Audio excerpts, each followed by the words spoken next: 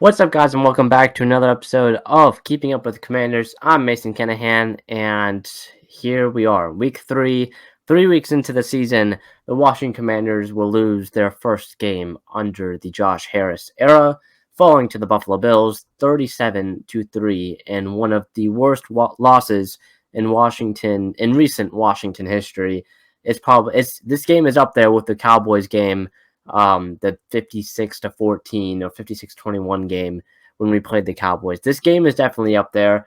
Washington now 2-1 on the year. The Bills 2-1 on the year as well, as we will head into week 4 next week. But there is a lot to talk about for the Washington Commanders during this game. We'll start here with Sam Howell, because this man was one of the major storylines for this game, and throughout this game, one of the main reasons why this outcome was what it was. Sam Howell, through the 4 quarters of this one, 19 of 29, 170 yards, 0 touchdowns, 4 interceptions, and he took 9 sacks for a total of 45 yards. It was a passer rating, or complete passer rating, of 41.5. Not what you want to see out of your young, promising quarterback, who is basically, if you're Ron Rivera, is basically your last chance at keeping your job in Washington. Not what you want to see. It was a complete disaster from Howell. It was, especially towards the end of the game in the final few possessions, it was not good. I'll read you the possessions that Washington had in this one, in terms of all their possessions and their outcomes. It was interception, punt, turnover on downs, interception, end of half, interception, punt, fumble, interception, punt, field goal. 4 interceptions, a fumble, 1 turnover on downs, and 3 punts. And then, of course, the field goal at the end to make it not a blowout or a shutout for Buffalo. So, at home, second sold-out game of the season, basically your second sold-out game in years, and you lose to the Buffalo Bills by 34 points, which surprisingly wasn't even the worst loss out of any team during the 1 o'clock games, as we saw that crazy Broncos and Dolphins game, 70-20 that was, but still does not make an excuse for Washington only putting up 3 points offensively. Sam Howell, throughout the entire first half, never felt comfortable. It never looked like he was comfortable at any point in the entire game. It was okay. So for the first 3 quarters, like at the end of 3 quarters, it was 16-0 Buffalo. The Commanders were in 2 possessions. They were in this game. They had the entire 4th quarter. They had the ball going into the 4th quarter. I mean, they didn't have the ball going into the 4th quarter, but then you stop Josh Allen on that 3rd and 1, on the 4th and 1 in the Bills offense. The Bills turn it over on downs. You bring back Sam Howell out there. Howell's already thrown 3 interceptions on the day, and he goes ahead and throws he threw 3 interceptions on the day. Antonio Gibson fumbles, and it's just downhill from there, just an absolute collapse. Curtis Samuel was the leading receiver for Washington, 2 catches for 54 yards, his longest being a 37-yard pass from Sam Howell. It was back shoulder on the left sideline. Best throw from Sam Howell the entire day, and it wasn't even close, because it's not like that throw was very impressive. He's thrown better balls so far this season than the one to Curtis, but it was just such a horrible day from Howell in this offense that was the best play of the day, which is unfortunate. Terry McLaurin, 6 catches for 41 yards. Howell, he was distributing the ball. He got 6 different receivers. He targeted Bieniemy Brown once, but 6 different receivers with multiple catches. Dawson had 2, Bates had 2, Curtis Samuel had 2, Terry had 6 on 6 targets. He caught all of his passes. Cole Turner had 4 on 7 targets. For how, like, passing wise, it wasn't that bad until he threw those interceptions, which really sucked. But if you took every single one of the interceptions out of it, it's not like he was throwing any more dropped interceptions. Like, he was distributing the ball where he could. It was a bunch of just little curl routes, hook routes, whatever you want to call them. He was hitting guys for 5-6 yards. Like, the offense was driving multiple times during this game, but they could never finish in the red zone. They could never finish once they got into Buffalo territory. They could never finish a drive off properly. Passing wise, Howell did okay. He had one carry for 18 yards, which was a really solid one. He got blown up at the end, and maybe that's why he started to struggle. It looked like when he got blown up on his carry, he kind of hurt his throwing hand, maybe. So I don't want to give him that many excuses. But at that point, he already had one interception, and he goes ahead and throws 3 more for the rest of the game. So it was not. Maybe that was a part of it, but I highly doubt it. But yeah, that was pretty much the interceptions. The interceptions were all really bad. Sam Howell, it shows the inexperience. Each one of those interceptions that he threw, kind of some of them were trying to get like cut into the lead all in one play. Some of them were just so dumb. Like there was one he was rolling out to the left, trying to hit. I forgot who the receiver was, but trying to hit someone on a little flat route for the first down. How he could have ran it because he's that physical. He's like a bigger built quarterback, and he can run and pick up first downs. He can take hits. Instead, he tries to throw it, and it gets intercepted. Very athletic play by a defensive lineman for Buffalo, and it gets returned for a pick 6. So yeah, it was a complete disaster, especially in that fourth quarter for Washington. Howell, in terms of his 9 sacks on the day. Now, this is kind of crazy. 9 sacks. The Commanders, by the way, had 10 sacks going into this game and were tied for the most 10 sacks defensively, and were tied for the most in all of the NFL defensively. The Buffalo Bills have now taken that record and absolutely demolished it because they had 3 coming into this game. They now have 12 on the year, 9 sacks they sacked Sam Howell 9 times. Each one of them, it was either Howell holding onto the ball too long, it was either Andrew Wiley or Charles Leno getting blown up around the corner. The entire offensive line was a disaster as well, which was, it's funny. I'll get more into that in terms of the risers and fallers, but Sam Howell, some of those sacks were definitely on him. Holding the ball too long is something that is definitely a problem of his through the first 3 games of the season, and back into the preseason and during the Cowboys game last year. Holding onto the ball is a weakness of his. But yeah, overall, if I had to grade it A to F, I would say I would give it an F. All right, I'm not trying to be too harsh on him, but it was not pretty start to finish. He completed 19 passes. He threw 4 interceptions. He had 9 sacks, and a majority of them were on him. But actually, no. Okay, now that I'm thinking about it, I'll give it a D minus. I'll give him a little bit benefit of the doubt, saying that offensive line was not helping him at all.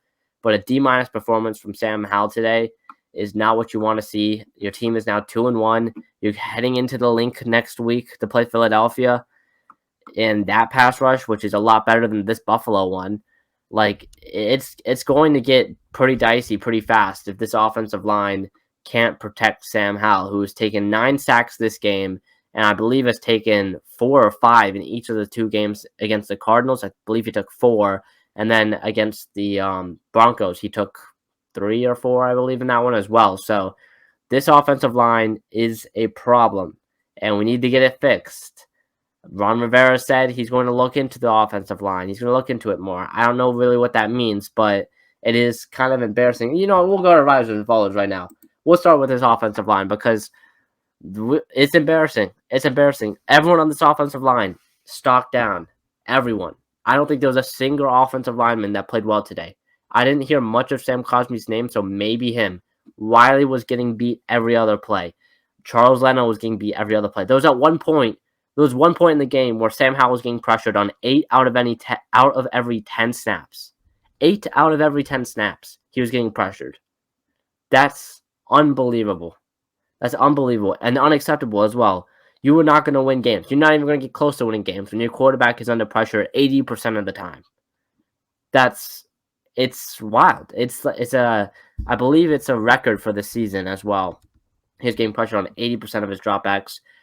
Unbelievable. It was unbelievable. At one point, he had 3 sacks on 5 dropbacks or 6 dropbacks, which is horrible. Like, stock down on the offensive line.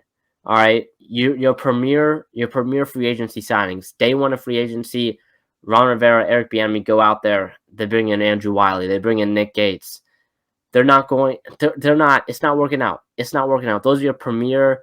Those are the guys you paid the most in free agency. besides Deron Payne's extension, and both of them had atrocious games today. So hopefully they'll be able to pick it up. We need something to change. If Washington wants to win these games against tough opponents like Buffalo, like Philadelphia next week, they cannot be allowing 9 sacks. No one, no matter who you are, wins a game when you allow 9 sacks.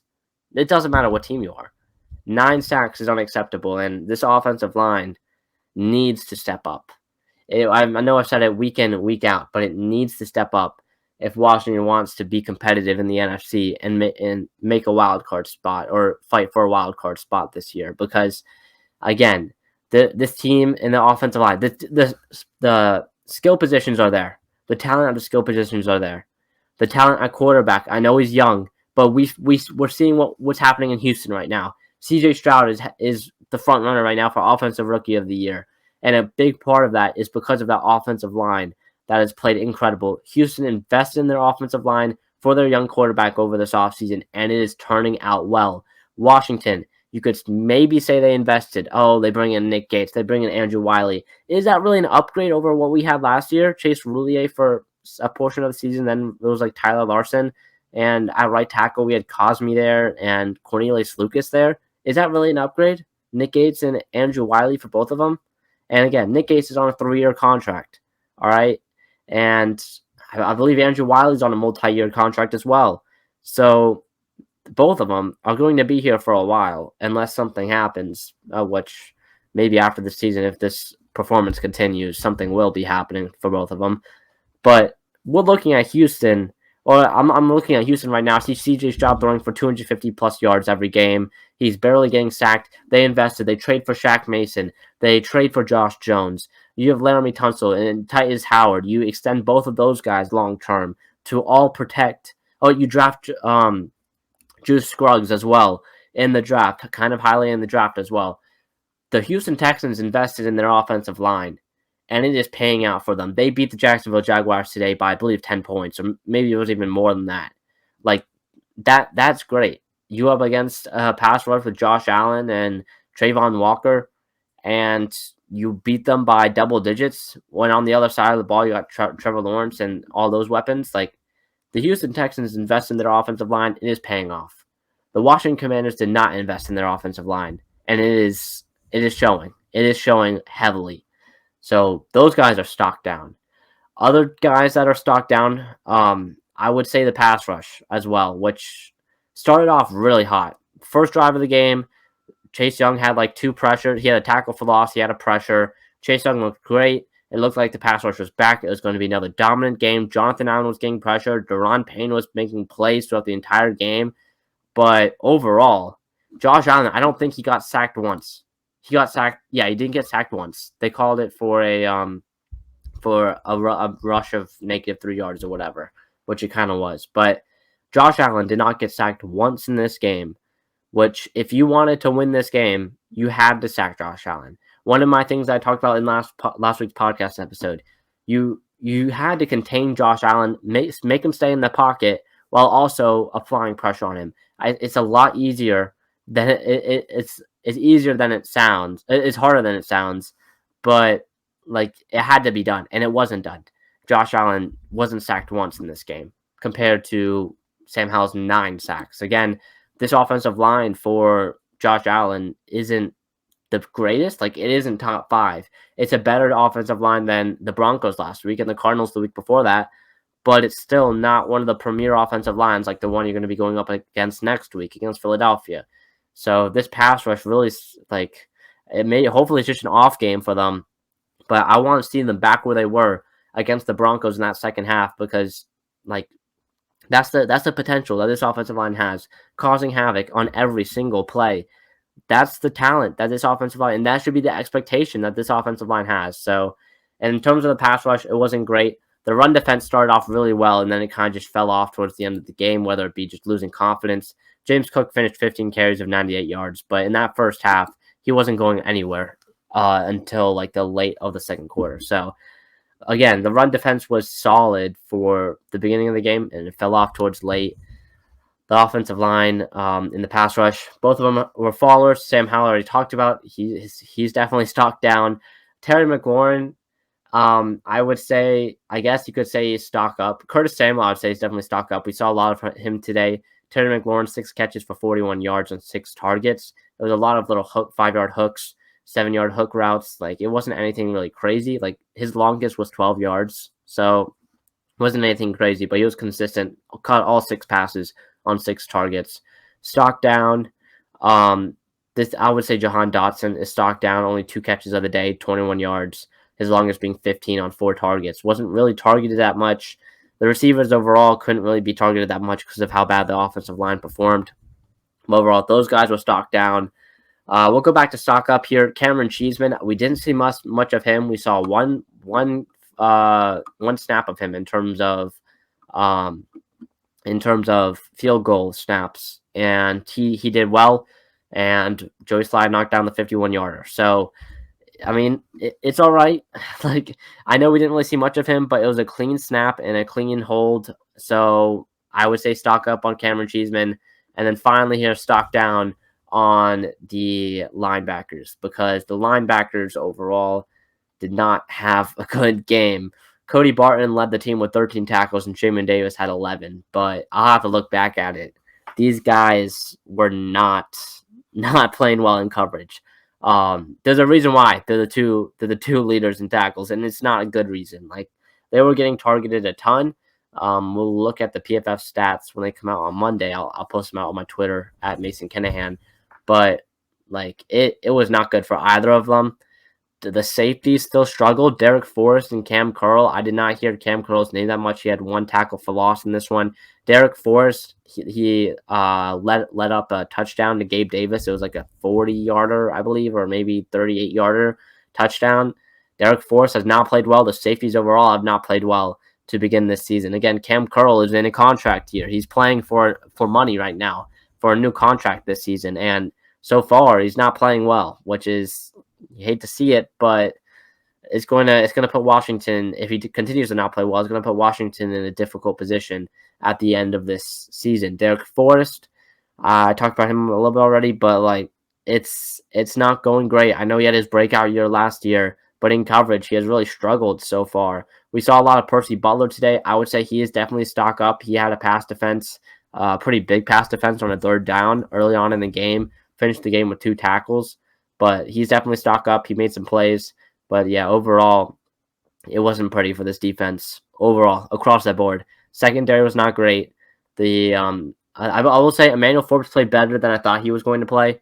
And Kendall Fuller kind of was off and on. He made some plays as well. I believe he had a pass defense, I want to say. Yeah, he had 3 pass defenses in this game. So Kendall Fuller played a great game. Benjamin St. Juste, I believe, played a pretty good game as well. They just could not contain Stephon Diggs. They had Gabe Davis locked up for every play except one on the touchdown, and they had Khalil Shakir pretty much wrapped up as well for a good portion. And the tight ends. I talked about how the tight ends, I thought they were going to be a big problem today, but they were not. So it was kind of just the Stephon Diggs game. Diggs finished with 8 catches for 111 yards. So on 12 targets. And Gabe Davis, only 1 catch on 4 targets, and that was that touchdown. So overall, they contained everyone not named Stephon Diggs, which I know it's hard, but man, it's tough.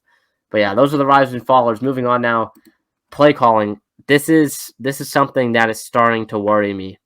I know it's Eric Bieniemy's first year as an offensive play caller. You had Andy Reid calling the plays in Kansas City. Eric Bieniemy comes over to Washington to call the plays on offense. It wasn't pretty. It was not pretty. I think Eric Bieniemy is he's used to going past happy with Patrick Mahomes, especially towards the end of the second quarter and at the beginning of the beginning of the second half. It's kind of just what the Chiefs did last year. I feel like when you have Patrick Mahomes is throwing like touchdown drive after touchdown drive, you kind of want to extend the lead, and that's kind of where the Chiefs coasted last year. You kind of just do your own thing, let Patrick Mahomes cook, you know what I mean? So that's what Eric Bieniemy has like kind of been used to in terms of what the Chiefs did last year, and now he's kind of having this problem in Washington where Washington's down by a touchdown, 2 touchdowns, and he's kind of going past happy a lot in the second quarter. And as the first half goes on, which kind of brings him away from the run game, which the run game is where it's at in Washington. Brian Robinson is there. I forgot to mention, real quick, go back to the risers and fallers. Antonio Gibson, complete faller. Like, put him in the doghouse for the rest of the year. He fumbled again. It was ugly. It was ugly. He's faller. Brian Robinson's a riser. But yeah, Antonio Gibson, he's done in Washington. There's nothing he can do now. 10 fumbles in his career is just atrocious. It's atrocious. Like, yeah. All right, but back to the play calling. Eric Bieniemy, like, he goes past Happy in the second quarter, which isn't great. And then he abandons the run game, and by the time they get back to the run game in the second half, they're already down and they're playing catch up. This happened during the Denver game. This happened during the Buffalo game now, and they never really got back to it because Buffalo just extended their lead, and they had to go past Happy, which Sam Howell wasn't used to, and Sam Howell ends up throwing 4 interceptions. So it wasn't pretty. The play calling from Bieniemy definitely is not great. There was one time, 4th and goal from the 2, and Ron Rivera decides to go for it. Great call by Ron Rivera for him going for it, but instead they went with a pass, and I believe they should have gotten Ryan. They ran the ball to help get them far into the red zone, and then they couldn't end up with any points. It was at the beginning of the game as well. I believe the second drive or third drive of the game for Washington. Drive all the way down inside your opponent's 5-yard line. You end up with 0 points. Cannot happen if you're Washington, especially when you're going up against elite teams like the Buffalo Bills. And later on, again, Dallas Cowboys, the Philadelphia Eagles, the Miami Dolphins as well, who put up 70 points today. Like, you're going to be going up against these high-flying, high-scoring offenses. I know you want to go for it on 4th down, and you have to go for it, but you got to be able to convert. It's a good call to go for it on 4th and goal from the 2, but you have to convert. You cannot be passing the ball incomplete pass under pressure because Andrew Wiley missed a block. That cannot be happening again. So that's what I have on the play calling, and it kind of shifts it a little bit into Ron Rivera because hold on, I skipped one, but yeah, back to Ron Rivera now. I talked about this in a lot of my past episodes heading into the season, like season previews or whatever. If Ron Rivera doesn't get off to a hot start to the season, which he has, I will say that, 2-0, first time since 2011, they were 2-0. It was a hot start. Now you lose to Buffalo. What now? Like, I don't want to say what's next because that's the next thing, but it's like now you got to bounce back. How will this team bounce back? This team isn't going to go 17-0. And I know people are like, oh, they're 2-0. Wow. This is a hit back to reality if you're Coach Ron Rivera and if you're Sam Howell and if you're Washington fans. Like, this team is nowhere near the top. You play 2 easy opponents, the Cardinals, the Broncos, to begin this season. You now got the Buffalo Bills this week. You have the Philadelphia Eagles the week after that. And then you have 2 more opponents again. And then after that, it's just the rest of the schedule is going to be hell. Like, you got Arizona and Denver. You got the wins. Buffalo, Philadelphia. Philadelphia next week is going to be a big game. Then you got Chicago, Atlanta, New York. And after that, you're going to be playing teams. You're going to be playing playoff teams for the rest of the year. Like, it's this season, and the schedule is going to be tough for Washington. This is the easiest part of it. If Washington could steal one of between Buffalo and Philadelphia, if you're Ron Rivera, start off 3-1, it's great. But now you lose to Buffalo. Let's say you lose to Philadelphia. You're now 2-2.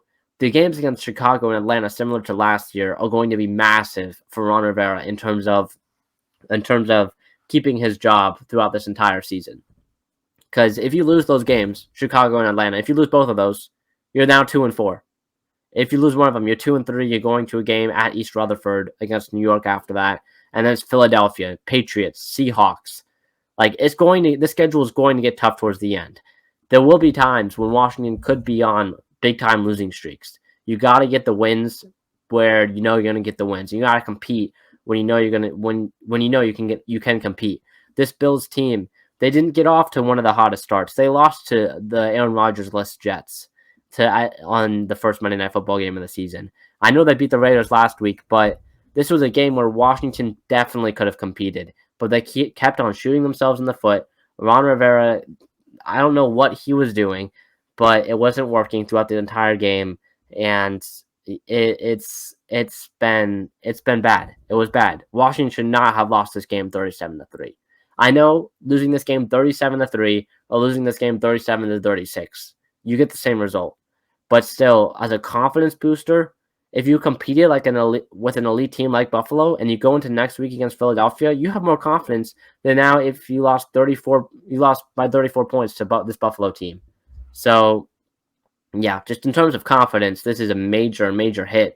And again, starting off hot for Ron Rivera will be big this season. And this loss to Buffalo, especially at this margin, 37-3, is not going to look good next time he meets with Josh Harris. So it's a big loss for him. And again, he's got to start the season hot. And if he doesn't, he could be gone by after the Seattle game.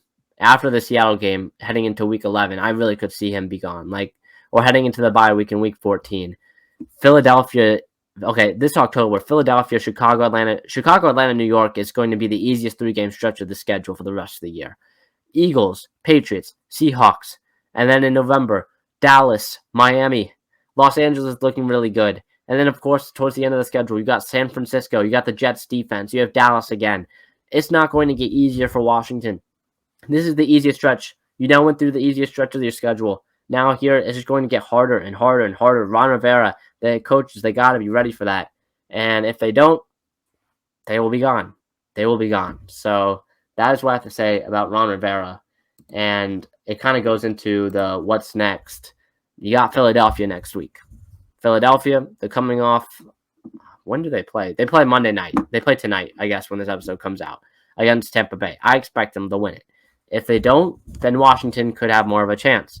But week 4, 1:00 game at Lincoln Financial Field. The crowd is going to be crazy there. It's going to be all dark green or whatever shade of green the Eagles have, mean green or whatever, shade of green the Eagles have. And it's going to be fly Eagles fly all day over there. It's going to be loud. Sam Howell, it's going to be the first, I wouldn't even consider the Denver game extremely loud, but it's going to be the most anti-Sam Howell stadium that Sam Howell has been in the NFL so far, and he's got to be prepared for that. Lincoln Financial is no joke. That home field advantage is no joke over there. So if Washington wants to win this game and upset Philadelphia, Sam Howell's got to stay calm, cool, and collected. He cannot be throwing 4 interceptions. The offensive line cannot be letting up 9 sacks next week. They cannot. I would say the offensive line, 4 sacks maximum if you want to win the game next week. 4 sacks maximum against Josh Sweat, Brandon Graham, Fletcher Cox, Jalen Carter, Jordan Davis. It's going to be hard against this Philadelphia team. Philadelphia has one of the best run games offensively. They have one of the best defensive lines defensively. It's going to be hard. Sam Howell will need to pass this ball. The Eagles' weakness is in their secondary. It's the safeties. It's the young linebackers that they can attack. It's Sam Howell will have to throw this ball. It's going to be hard to run the ball against Jalen Carter and Jordan Davis every other play.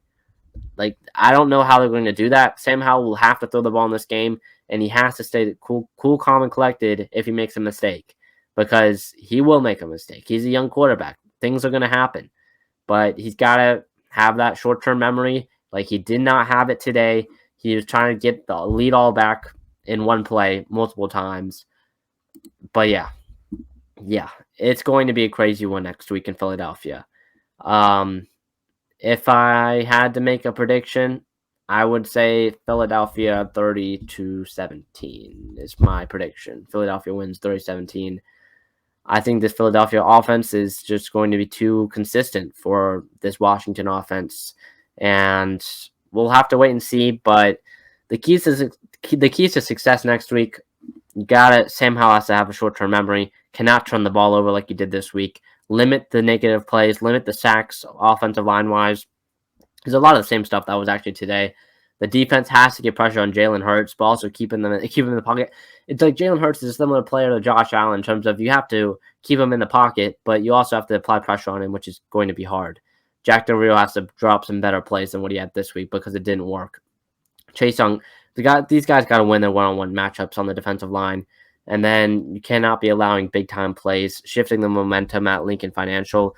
If the Eagles start fast, it's hard to come back. if you're Washington, especially in a hostile environment like in Philadelphia. So that'll be it, though, for this week's episode of Keeping Up with the Commanders. A tough loss for the Washington Commanders this week, 37-3 against the Buffalo Bills. Sam Howell struggled. We'll see what happens next week against Buffalo, but that'll do it for me in this week's episode of Keeping Up with the Commanders. See you guys next one. Peace.